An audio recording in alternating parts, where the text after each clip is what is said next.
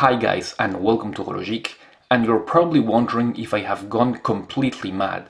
What am I doing comparing a watch that is worth 15,000 euros to a watch that is worth around 75? Keep watching and you'll find out.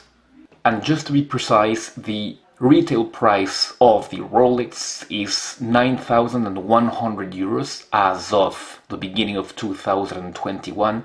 However, you cannot just go into a Rolex boutique, pay 9,100 euros and get one of these watches.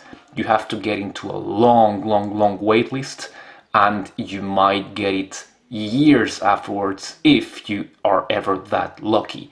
Most likely, if you want this watch right away, you will have to spend 15,000 euros in Chrono24 or elsewhere to get it right away.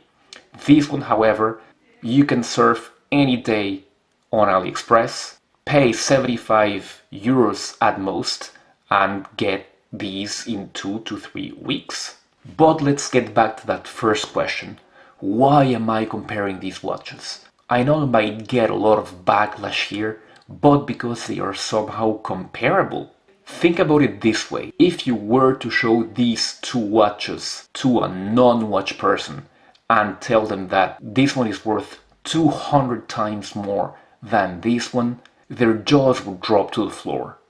I will be talking to you about how these watches are surprisingly comparable, and of course how they are not at all. And let's start with that first part, how these watches are comparable. The Pagani design is of course a homage of the Rolex Batman, and it's a homage of the previous version of the Rolex Batman with the oyster bracelet with the polished center links. Both watches are made of stainless steel, both have sapphire crystals, both have automatic GMT movements, and both have ceramic 24-hour bezel inserts.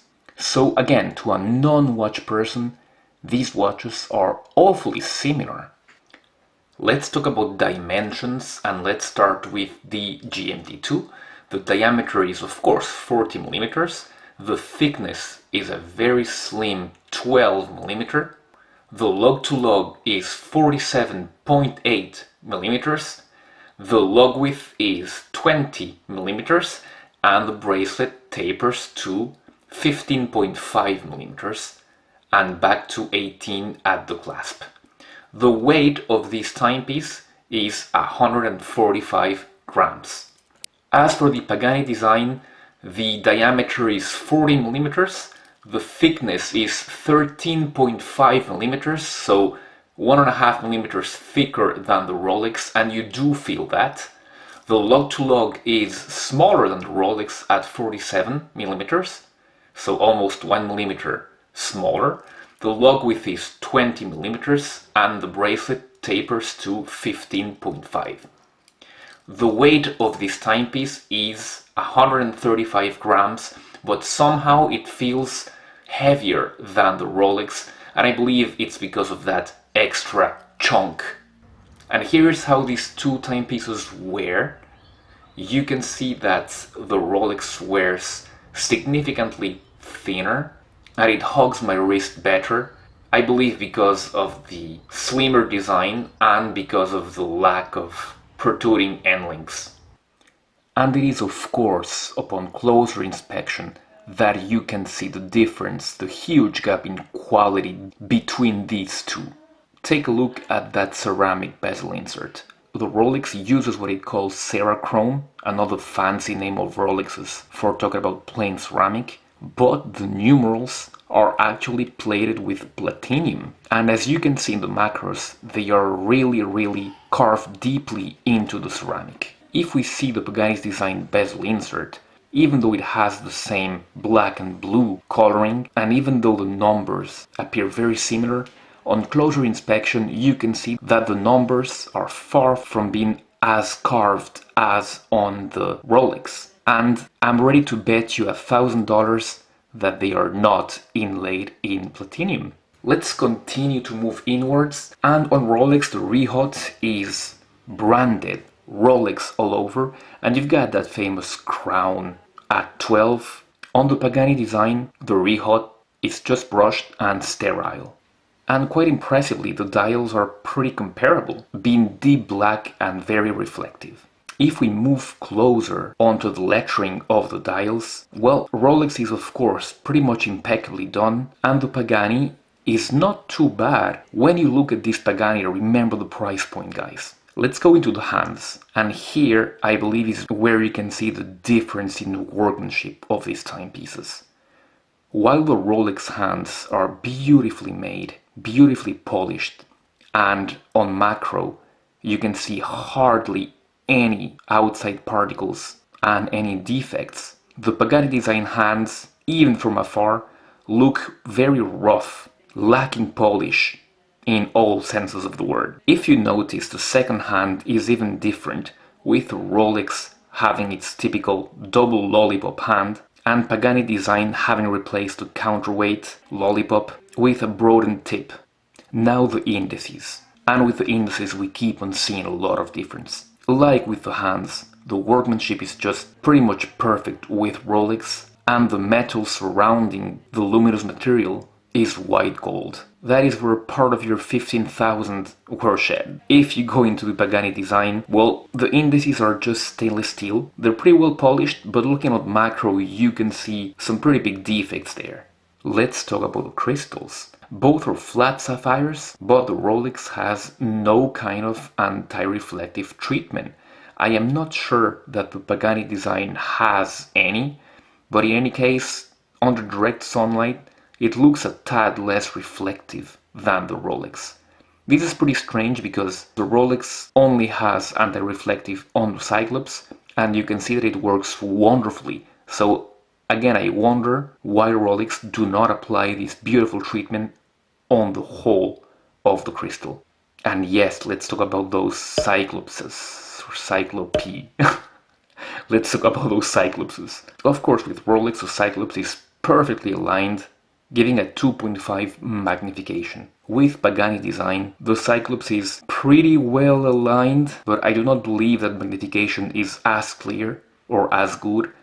And I believe that there's no anti-reflective on these Cyclops, and that makes it kind of hard to read. Now the cases. Pagani Design is using here the super case that Rolex used on the Submariner from 2010 until around 2020, when Rolex, ever since the updated GMT2s came in 2018, is using a case that is midway, I would say, between the super case and the previous 5-digit case, which has much slimmer lugs. The case and bracelet on the Rolex is made of 904L stainless steel, as the steel used on the Pagani Design is typical 316L steel. Again, on the working on the case, you can also see part of that difference in cost. The brushing on top of the lugs on the Pagani Design is pretty so-so, when the brushing on top of the Rolex is pretty superb. The brushing on the flanks of each watch is well made. The brushing on the flanks of the Rolex is also really good, with a mirror polish quality. On the Pagani Design you see some small defects, but again, for the price it is not bad. When you look at the back of the watches, you could even think that the situation is reversed.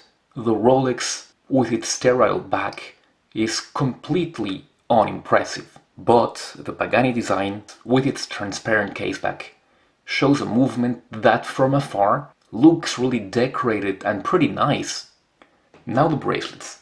Apart from the fact that this is a Jubilee bracelet and the bracelet on the Pagani is an oyster bracelet, the bracelets have both solid links, solid end links, and are both held by screws, and they both have a polishing in the middle. But besides from that, of course you can tell that the bracelet on the Rolex is much more fluid. It's not just a matter of it being a Jubilee, but it's a quality thing that you feel when you have it on your hands. The bracelet on the Pagani is not bad, again, for the price. It is, as I have said, held by screws as well. The polishing on the center of the links is a bit blurry, a bit less good than it is on the case and on the clasp. Now the clasps. The Pagani Design clasp is pretty large, it is signed, and it's pretty well signed. As you can see, I have been using this piece, so it's a bit scratched, and they have paid extra special attention as the brushing and the polishing on it are much better done than on the bracelet. You've got, like with Rolex, you've got a double security locking mechanism, which opens so, and it's a bit hard, and this way. Alright, and as you can see, everything is solid here. The tolerances are, well, you can see there that, yeah, the tolerances are just not really good, but again, everything is solid, more than you can expect at this price point. They go as far as to copy the Easy Link extension from Rolex. There you go, giving you a bit more room when it's a hot day, for example. Let's go to the Rolex clasp. As you can see, I have been using this piece a lot, therefore a lot of scratches. So looking at it up close, it is of course pretty much immaculate. The brushing, the polishing is extremely good, as it should be for the price. You've got a double security clasp. When you open it, you feel the quality difference. This second latch is spring-loaded, and you feel the quality when you open it. Everything is beautifully signed Rolex with all the references. Let's see those tolerances. Yeah, there's no comparison. Let's see that Easy Link. Yeah, beautiful, sturdy, great to use. Let's now check those rotating bezels. The rotating bezel on the Rolex is a 24-click bi-directional, so left and right, as any true GMT watch should be. And yeah, it's like turning butter. It's great. Only Rolex can manage to do such nice things. In order to save money, Pagani Design have just implemented a 120-click unidirectional. They use the same bezel as the ones on their Sobi homages, but they just change the bezel insert to a 24-hour. And yeah, the clicking is not bad, but the fact that it's unidirectional, well, for a GMT, that kind of breaks it for me, quite sadly. I can understand it in this watch, but in watches costing over 600 euros, like the Steinhardt, I really cannot understand it.